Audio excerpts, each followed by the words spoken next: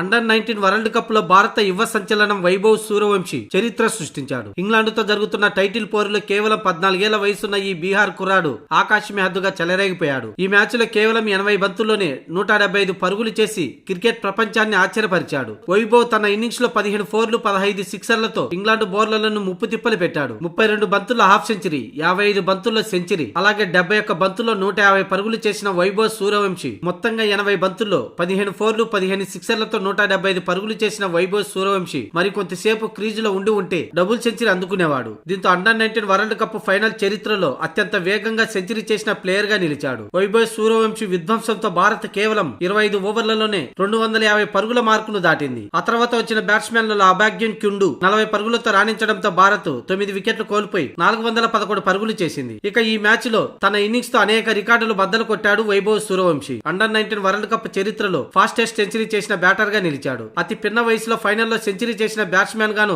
చరిత్ర సృష్టించాడు. ఇక ఫైనల్ మ్యాచ్ ఇన్నింగ్స్ లో 15 సిక్సర్లు ఉన్నాయి. ఇప్పటిదాకా ఏ బ్యాటర్ కూడా అండర్-19 వరల్డ్ కప్ లో ఇన్ని సిక్సర్లు కొట్టలేదు. ఇక ఒకే ఎడిషన్ లో 30 సిక్సర్లు బాదిన ఒకే ఒక్క బ్యాట్స్మెన్ గా వైభవ్ సూర్యవంశీ నిలిచాడు. ఈ అండర్-19 లో 30 సిక్సర్లు బాదాడు. అంతేకాదు 4 నెలల క్రితం లిస్ట్ ఏ క్రికెట్ లో ఎంట్రీ ఇచ్చిన వైభవ్ సూర్యవంశీ ఇప్పటిదాకా 100 సిక్సర్లు పూర్తి చేసుకున్నాడు. అలాగే అండర్-19 చరిత్రలో అత్యంతంగా 150 పరుగులు చేసిన బ్యాటర్ గా వైభవ్ సూర్యవంశీ నిలిచాడు. మొత్తంగా తన విధ్వంసకర బ్యాటింగ్ చూస్తుంటే త్వరలోనే టీమిండియాలోకి ఎంట్రీ ఇచ్చే అవకాశాలు కనిపిస్తున్నాయి.